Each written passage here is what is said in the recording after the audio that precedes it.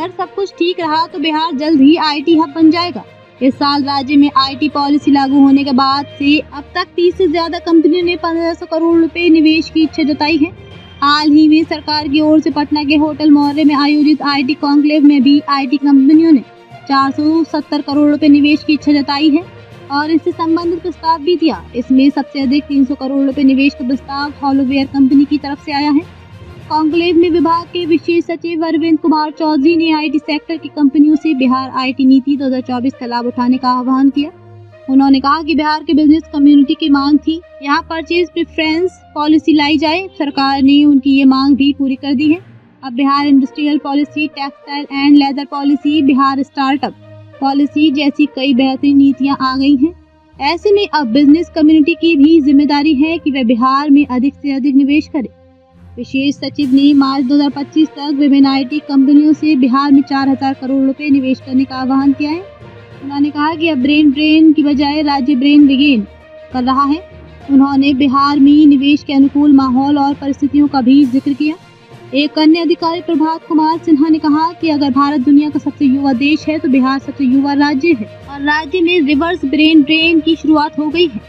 बता दें कि आईटी कंपनियां सॉफ्टवेयर विकास के लिए काम करती हैं, जिसमें अलग अलग तरह के सॉफ्टवेयर जैसे कि mobile apps, web apps, desktop software आदि विकसित किए जाते हैं। वहीं आईटी कंपनियां हार्डवेयर विकास के लिए भी काम करती हैं, जिसमें विभिन्न प्रकार के हार्डवेयर जैसे कि कंप्यूटर, सर्वर, नेटवर्किंग उपकरण आदि विकसित किए जाते हैं। इसके अलावा आईटी कंपनियां नेटवर्किंग और साइबर सुरक्षा सेवाएं प्रदान करती हैं, जिसमें अलग अलग प्रकार के नेटवर्किंग उपकरणों और साइबर सुरक्षा सॉफ्टवेयरों का विकास और प्रबंधन किया जाता है। वहीं आईटी कंपनियां डेटा एनालिटिक्स और बिजनेस इंटेलिजेंस सेवाएं प्रदान करती हैं, जिसमें अलग अलग तरह के डेटा का विश्लेषण किया जाता है और व्यवसायों को बेहतर निर्णय लेने में मदद की जाती है।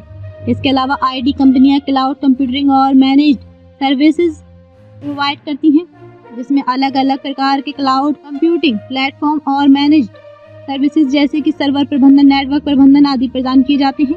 आईटी कंपनियां ई कॉमर्स और डिजिटल मार्केटिंग सेवाएं प्रदान करती हैं, जिसमें विभिन्न प्रकार के ई कॉमर्स प्लेटफॉर्म और डिजिटल मार्केटिंग सेवाएं जैसे कि search engine optimisation, paid advertising आदि प्रदान किए जाते हैं। आईटी कंपनियां आईटी कंसल्टिंग और आउटसोर्सिंग सेवाएं प्रदान करती हैं, जिसमें अलग अलग तरह के आईटी कंसल्टिंग और आउटसोर्सिंग सेवाएं जैसे कि IT project management, IT strategy और प्लानिंग आदि प्रदान किए जाते हैं। बता दें कि बिहार में हाल ही में लागू की गई सूचना प्रौद्योगिकी नीति 2024 के तहत राज्य सरकार ने निवेशकों के लिए कई आकर्षक सुविधाएं प्रदान की हैं।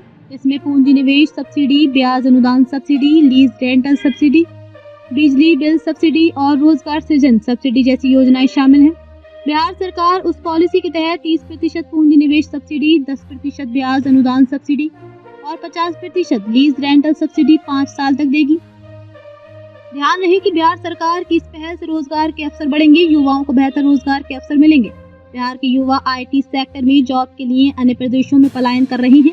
उसके बाद बिहार सरकार की ओर से ये कदम उठाया गया। ऐसा हो जाने के बाद अब बिहार में भी आईटी कंपनी अपने दफ्तर खोलेंगी, जिससे युवाओं को अपने ही राज्य में बेहतर करियर अवसर मिलेंगे।